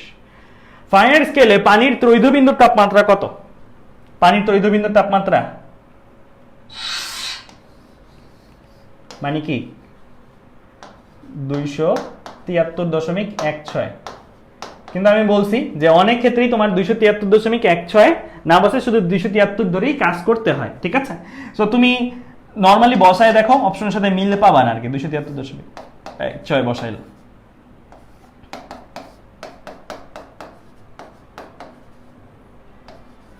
দুইশো 273.16 বসায় করো প্রথমে, দেখো কত আসে। 273.16 বসাই করো। আমি জানি আসবে না, তাও আমি বলতেছি আর কি। 273.16 বসায় করো প্রথমে, কত আসে? x - 32/9 ইকুয়াল দিয়ে x মানে k এর ভ্যালু হচ্ছে 273.16 divided by 5, shift calc equal দিলাম। দেখো আসে কত?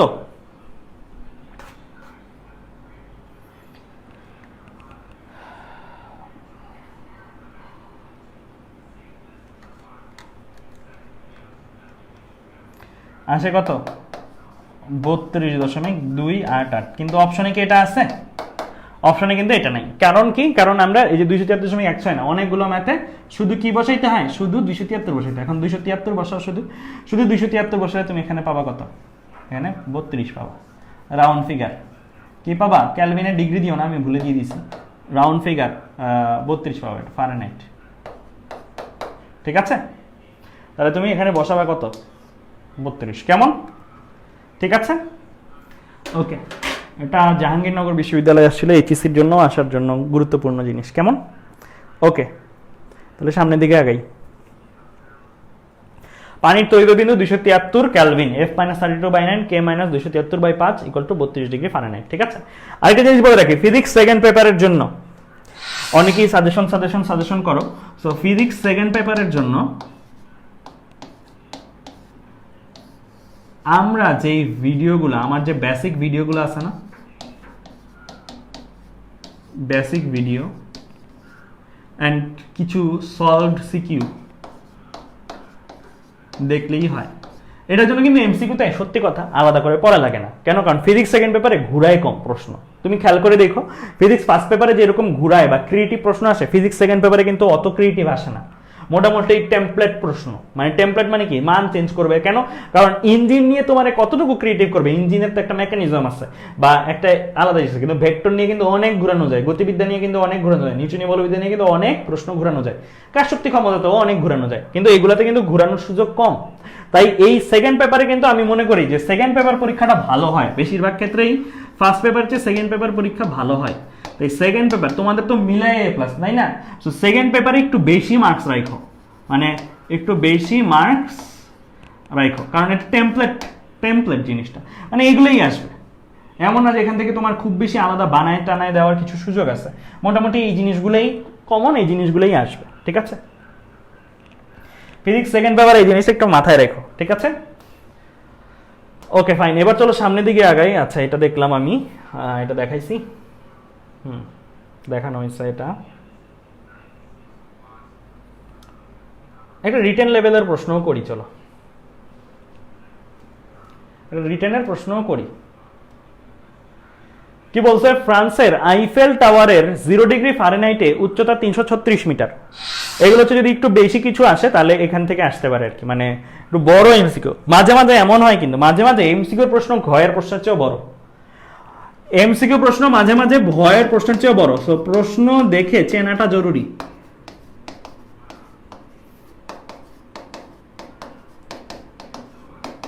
কয়টা জিনিস এমসিকিউ স্ট্র্যাটেজি, এগুলো কিন্তু স্ট্র্যাটেজি, মাঝখানে মাঝখানে যে কথাগুলো বলি এগুলো খুব দামি স্ট্র্যাটেজি। প্রথমত পারবো কিনা, দ্বিতীয়ত বড় কিনা। এই দুইটা জিনিস আগে তুমি মাইন্ডে চিন্তা করো। ধরো সাপোজ এই জিনিসগুলো এমসিকিউ হিসেবে আসছে বা একটা বড় প্রশ্ন এমসিকিউ হিসেবে আসছে, তুমি যত বেশি প্র্যাকটিস করো তুমি তত এই জিনিসটা ভালো পারবা। তুমি যত বেশি প্র্যাকটিস করো তত এই জিনিসটা তোমার আয়ত্তে। এন্ড প্রশ্ন দেখে চিনতে পারলে তোমার অ্যাকচুয়ালি যেহেতু এমসিকিউর ক্ষেত্রে এখানে অপশন আছে, নর্মালি পারবো কিনা বা বড় কি এই দুইটার কোনোটাতে যদি তুমি একটু কনফিউজ থাকো স্কিপ করো, প্রশ্নটা স্কিপ করো, আরেকটা দেখো পারো কিনা। ঠিক আছে? সো আমাদের অনেক ক্ষেত্রে আমরা দেখি যে না আমরা সিরিয়াল ছাড়া আগাইতে চাই না, একের পরে 2 করব, 2 এর পরে 3 করব। নো, তুমি জাম্প করবা, বাট অবশ্যই ওএমআর এর পরীক্ষা হবে। ওএমআর এর পরীক্ষার সময় মাথাটা একটু কুল রাখো। এমন করো না যে 1 দিছো ক নাম্বার দাগাইছো, ফাইন দাগাইছো, 2 নাম্বার তুমি অ্যাকচুয়ালি দাও নাই, 3 নাম্বার তুমি অ্যাকচুয়ালি দিছো কিন্তু তুমি 2 3 এর উত্তর তুমি এটা দাগাই দিছো। এরকম করলে লাইফ শেষ, এরকম করলে লাইফ শেষ। এটা খেয়াল রাখো। যদি স্কিপ করো, একটা থেকে জাম্প করে আরেকটাতে যাও, খুবই সাবধানে, খুবই সাবধানে আরেকটাতে যাও। কেমন? সো মাঝখানে এমন যেন না হয় 1 দাগাইছো পরে 3 পারছো, 3 দাগাইছো কিন্তু ফিল আপ করে দিছো 2 এ, সিরিয়ালি ফিল আপ করছো, তাহলে কিন্তু এটা কাটাকাটি করো যাই করো নাম্বার কিন্তু আর ফেরত আসবে না। একটা জিনিস যদি ফিল আপ করে ফেলো দ্যাট মিন্স ওইটা কাউন্ট হয়ে গেছে, আর ওইটা কাউন্ট হয়ে গেছে দ্যাট মিন্স ওখানে তোমার কি নাম্বারটা কাটা গেছে। এটা এক ডেঞ্জারাস ভুল। এন্ড এটা যদি পরীক্ষা হলে ধরা পড়ে তাহলে মনে করো ওইখানেই মন টন খারাপ হয়ে একটা এমসিকিউর জন্য তোমার বাকি এমসিকিউ গুলো খারাপ হওয়ার সম্ভাবনা অনেক বেড়ে যায়। সো এটা একটু খেয়াল রাখো, 1 এর থেকে যদি 3 জাম্প করো কেয়ারফুলি দেখে নিও। ওকে, যেমন এই প্রশ্নটা বড় প্রশ্ন, এই প্রশ্নটা দেখেই চিনতে হবে যে আমি এটা অ্যান্সার করব না বা পরে করব যদি এমসিকিউতে আসে, আর রিটেন আসলে তো কথাই নেই। সো আমার এখানে কি বলা আছে, ফ্রান্সের আইফেল টাওয়ারে 0 ডিগ্রি ফারেনহাইটে উচ্চতা 336 মিটার, গ্রীষ্মকালে সর্বোচ্চ তাপমাত্রা 100 ডিগ্রি ফারেনহাইট ও শীতকালে সর্বনিম্ন তাপমাত্রা 0 ডিগ্রি ফারেনহাইট। গ্রীষ্মকালে টাওয়ারটি শীতকালের চেয়ে কতটা বড় হয়? টাওয়ারটি লোহার তৈরি ও লোহার দৈর্ঘ্য প্রসারণ সহ আলফা ইকুয়াল টু এত। অনেকেই বলতে পারো যে শর্ট সিলেবাস তো আমাদের, বেসিক্যালি শর্ট সিলেবাস হইলো তাপের 9-10 এর সিলেবাসটাও কিন্তু এইচএসসি এর ভিতরে অন্তর্ভুক্ত, যদিও সরাসরি পড়ায় না বাট অন্তর্ভুক্ত। কিন্তু তাপের 9-10 এ পড়ছো না, যে এই প্রসারণ সহকের এই ব্যাপারগুলো পড়ছো তোমরা, এই জিনিসগুলো সবাই পড়ছো অলমোস্ট কম বেশি। দৈর্ঘ্য বৃদ্ধি ইকুয়াল টু আলফা আদি দৈর্ঘ্য ডেল থিটা, রাইট? এই ফর্মুলাটা কি তোমাদের এইচএসসি তে পড়ায়, বইতে আছে না? কিন্তু এটা ইনক্লুডেড, এগুলো কিন্তু ইনক্লুডেড, এগুলো কিন্তু আমি কিন্তু এখান থেকে এমন না যে এই প্রশ্নটা এসএসসি থেকে নিয়ে আসছে, এটা কিন্তু এইচএসসি এর প্রশ্ন। এটা কোথাকার প্রশ্ন? এইচএসসি প্রশ্ন। কেমন? এই ফর্মুলাগুলো অনেক ক্ষেত্রে মনে থাকে না, একটু রিভিউ করে যাও। 9-10 এর ফর্মুলাগুলো তাপের আসে পড়তে পারে। ওকে, তাহলে এই প্রবলেমটা যদি আমরা করতে যাই আমরা কি করব? আমরা ফার্স্টে দেখব যে চাইছে কি, চাইছে হচ্ছে শীতকালের চেয়ে কতটা বড়। সহজ কথায় আমার কাছে এখানে জানতে চাইছে ডেল এল কত, এটা কত। গ্রীষ্মকালে সর্বোচ্চ তাপমাত্রা 100 ডিগ্রি ফারেনহাইট, শীতকালে সর্বনিম্ন তাপমাত্রা 0 ডিগ্রি ফারেনহাইট। তাহলে তাপমাত্রার পার্থক্য কত?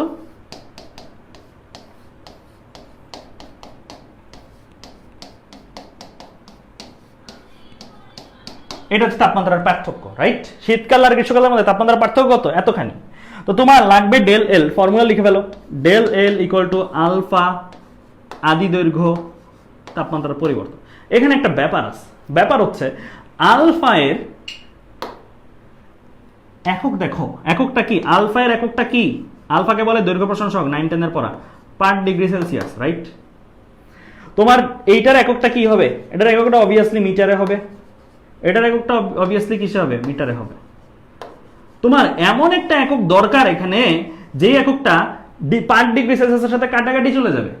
মানে সহজ কথা, এখানে এককটা লাগবে কিসে? ডিগ্রি সেলসিয়াসে। ডিগ্রি সেলসিয়াস হইলে পার ডিগ্রি সেলসিয়াস এটা কাটাকাটি চলে যাবে না, এটা কাটাকাটি চলে যাবে, তাহলে মিটার মিটার থাকবে, রাইট? সো এই জায়গাটাতেই কাজ এই ম্যাথে। তোমার এখানে তাপমাত্রার পরিবর্তন, এটা কি তাপমাত্রার পরিবর্তন কিসে আছে? ফারেনহাইটে আছে। কিসে নিতে হবে তোমার? তোমার নিতে হবে কিসে? তোমার নিতে হবে ডিগ্রি সেলসিয়াস। তো ওই যে সেই জিনিসটা শিখাইছিলাম ভাইয়া, del degree Fahrenheit del degree Celsius. এখানে যখন 180 চেঞ্জ করি তখন এখানে 100 চেঞ্জ হয়, এখানে যখন 1 চেঞ্জ করি এখানে 100/180 চেঞ্জ হয়, এখানে যখন কত চেঞ্জ করি 100 চেঞ্জ করি এখানে কত চেঞ্জ হয়?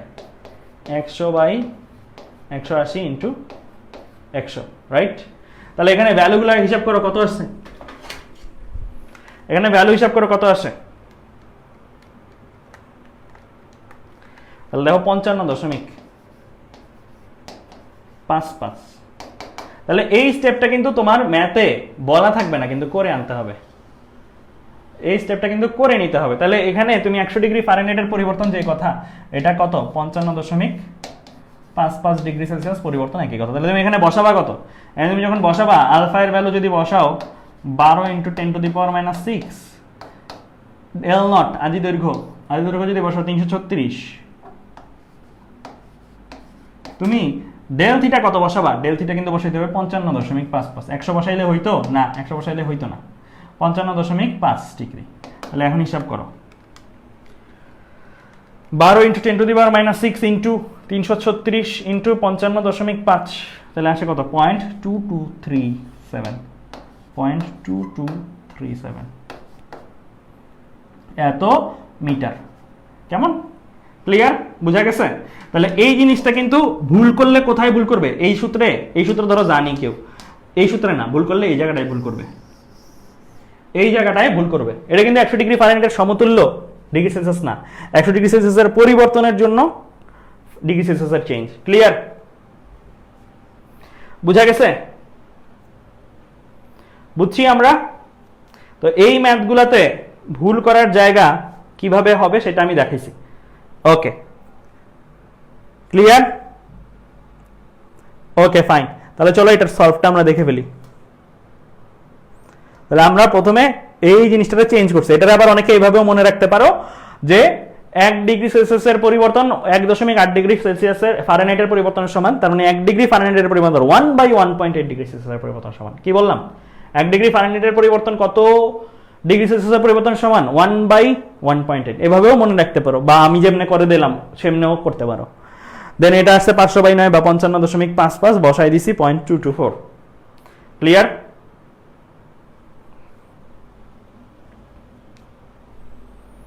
বুঝছো?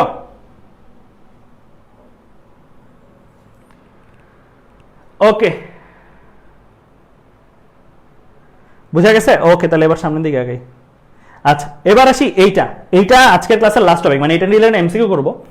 এখানে যেটা বুঝাইছি ভাই সেটা হচ্ছে তাপমাত্রার পরিবর্তন হলে কিভাবে আসতে পারে, মানে শক্তির রূপান্তরের সূত্রগুলো আর কি এই জায়গায়। তাহলে এই জায়গায় খেয়াল করো,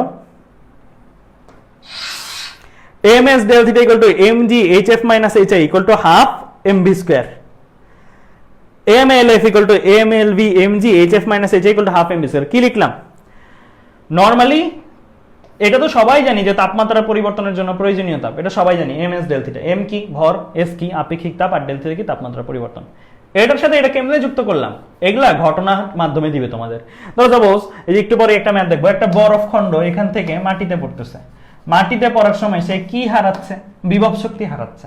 এই হারানো বিভব শক্তিটা তার গতির সঞ্চার করতেছে, আর গতিটা তার মধ্যে কি তাপ উৎপন্ন করতেছে, গতিটা তার মধ্যে কি করতেছে, তাপ উৎপন্ন করতেছে। আর ওই তাপ কি করতেছে, তাপমাত্রা পরিবর্তন করতেছে।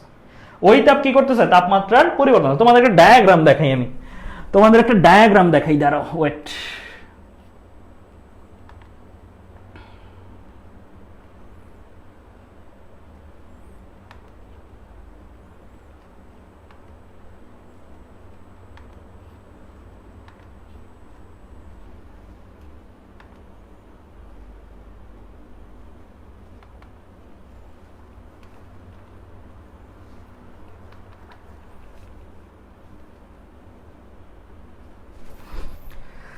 এইটা দেখো,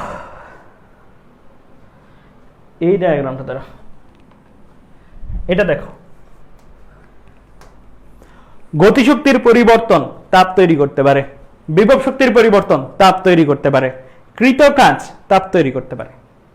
এই তাপ দুই উপায়ে ব্যবহার হইতে পারে, বস্তুর তাপমাত্রা বাড়াইতে পারে, কমাইতে পারে, অবস্থার পরিবর্তন করতে পারে। এটা মানে কি 10 ডিগ্রি সেলসিয়াসের পানি 20 ডিগ্রি সেলসিয়াসের পানিতে রূপান্তর হচ্ছে। এটা কি 0 ডিগ্রি সেলসিয়াসের বরফ 0 ডিগ্রি সেলসিয়াসের পানিতে রূপান্তর হচ্ছে। তাপমাত্রা পরিবর্তন হচ্ছে না, অবস্থার পরিবর্তন হচ্ছে। ঠিক আছে? সো এইটা হচ্ছে ডায়াগ্রাম, শক্তির ডায়াগ্রাম। এখানে গতিশক্তির পরিবর্তন, বিভব শক্তির পরিবর্তন, কৃত কাজ তাপ তৈরি করতে পারে, আর ওই তাপ তাপমাত্রা পরিবর্তন করতে পারে। সেখান থেকে আমরা গতিশক্তির পরিবর্তনের ফর্মুলা কি, হাফ এম শেষ গতিশক্তি বিয়োগ আদি গতিশক্তি, হাফ এম vi²। বিভব শক্তির পরিবর্তনের ফর্মুলা কি, mg HF minus mg hi। কৃতকাজের ফর্মুলা কি? এটাকে মাঝে মাঝে আমরা এইভাবে লিখি ডিরেক্টলি, mg del h মানে হাইটের পরিবর্তন যেটা, ঠিক আছে? এটা কি আমরা সবাই জানি w equal to fs cos theta। এই ফর্মুলাগুলোকে আমরা এই ফর্মুলাগুলোর ইকুয়াল দিতে পারি যদি সম্পূর্ণ পরিবর্তিত শক্তিটাই তাপমাত্রায় রূপান্তর ব্যবহৃত হয়, বা যদি সম্পূর্ণ গতিশক্তি বিভব শক্তির পরিবর্তনটাই অবস্থার পরিবর্তনে ব্যবহৃত হয়। mlf mlv এগুলার ইকুয়াল দিতে পারি। lf কি? গলনের আপেক্ষিক সুপ্ত তাপ। lv কি? বাষ্পীভবনের আপেক্ষিক সুপ্ত তাপ, ঠিক আছে? এটাকে কিন্তু এটার ইকুয়াল দেওয়া যেতে পারে, এটা কিন্তু এটার ইকুয়াল দেওয়া যেতে পারে, এটা কিন্তু এটার ইকুয়াল দেওয়া যেতে পারে, ঠিক আছে? ওকে, তাহলে এই পেজটা হচ্ছে আমাকে ড্রাইভ করবে যে আমি আসলে কিভাবে কাজগুলো আগায় নিয়ে যাব, ঠিক আছে? তাহলে এই পেজটা হচ্ছে আমার ফর্মুলা ডায়াগ্রাম আর কি বলতে পারো, শক্তির ফর্মুলা ডায়াগ্রাম, ঠিক আছে? তাহলে চলো এবার প্রবলেমে চলে যাই। আমাদের এই রিলেটেড প্রবলেম দেখলে ক্লিয়ার হয়ে যাবে।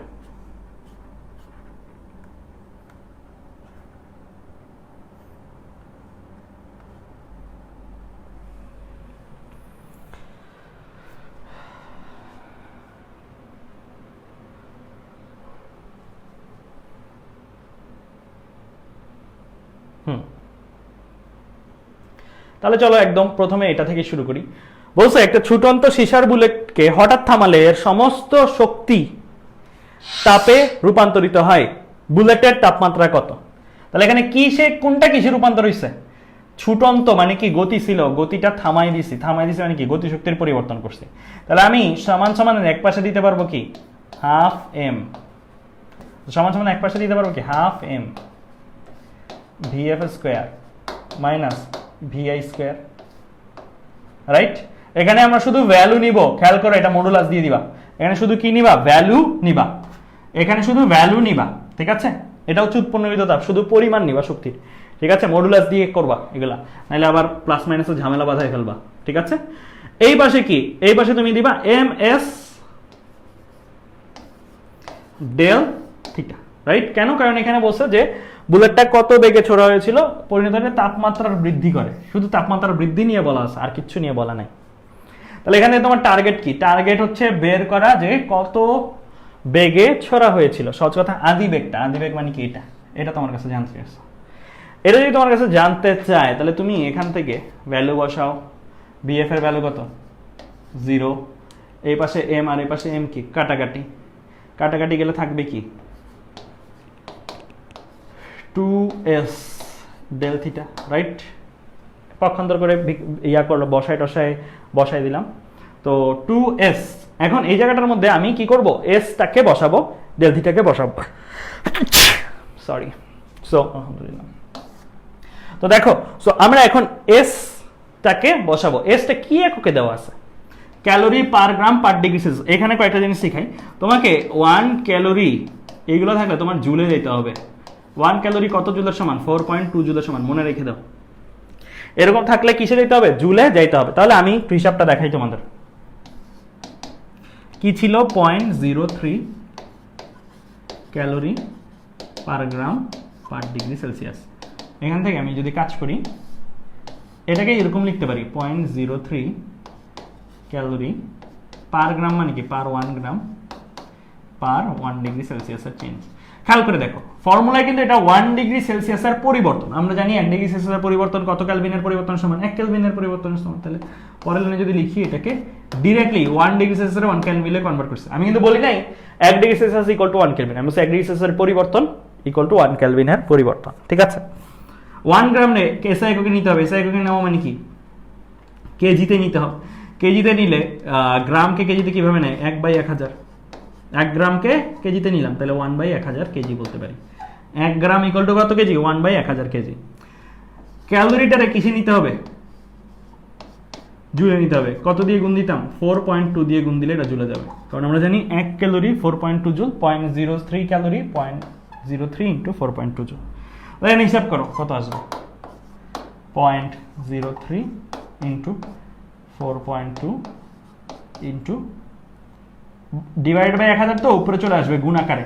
তাহলে এত এককটা কি লিখবো? Joule per KG per Kelvin. ঠিক আছে, পেয়ে গেছি। এটাই হচ্ছে আমার কি কনভার্টেড এসআই এককে কনভার্ট করছি। তাহলে বসে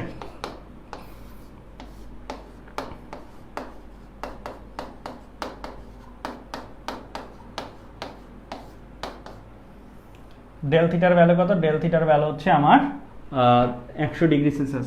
এটাও মাথায় রেখো, এটা কিন্তু পরিবর্তন না, বৃদ্ধি মানে কি পরিবর্তন, তার মানে এটা কিন্তু ডেল থিটাই দেওয়া আছে সরাসরি 100 ডিগ্রি সেলসিয়াস। এটারে আবার ভাইবো না যে এটাকে ক্যালভিনে যখন নিব তখন 100 ডিগ্রি সেলসিয়াসে আমরা 373 ক্যালভিন বলবো, নো।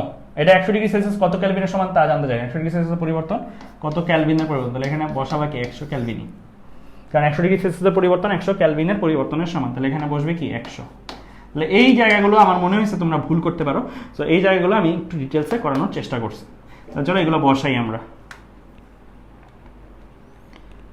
4.2 ইন্টু 1000 ইন্টু 100, তাহলে আসে কত? 25200 25, আচ্ছা একটা ভ্যালু কম বসে 0.03, 4.2 ইন্টু 1000 ইন্টু 100, এটা ভি স্কোয়ারের ভ্যালু আসছে। আর আমার থেকে এখানে লাগবে কি ভি এর ভ্যালু, যা আসছে সেটা রুট করব, রুট ওভার অ্যান্সার।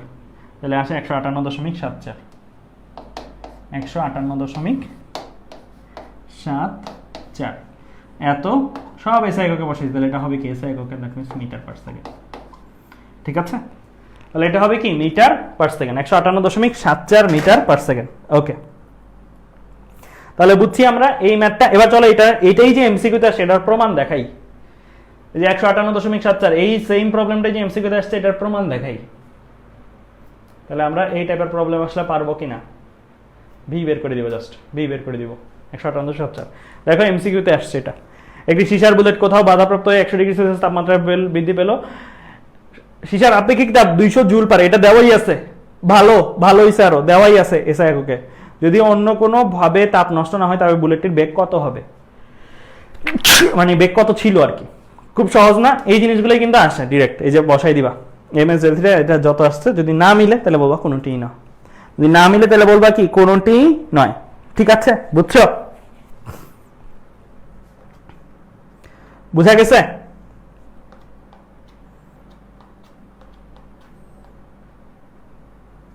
ক্লিয়ার?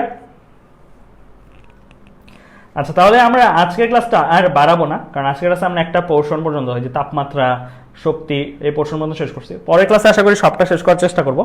এই পার্টটা থেকে এমসিকিউ বেশি হয়, পরের পার্টটাতে হয় ইঞ্জিন রিলেটেড।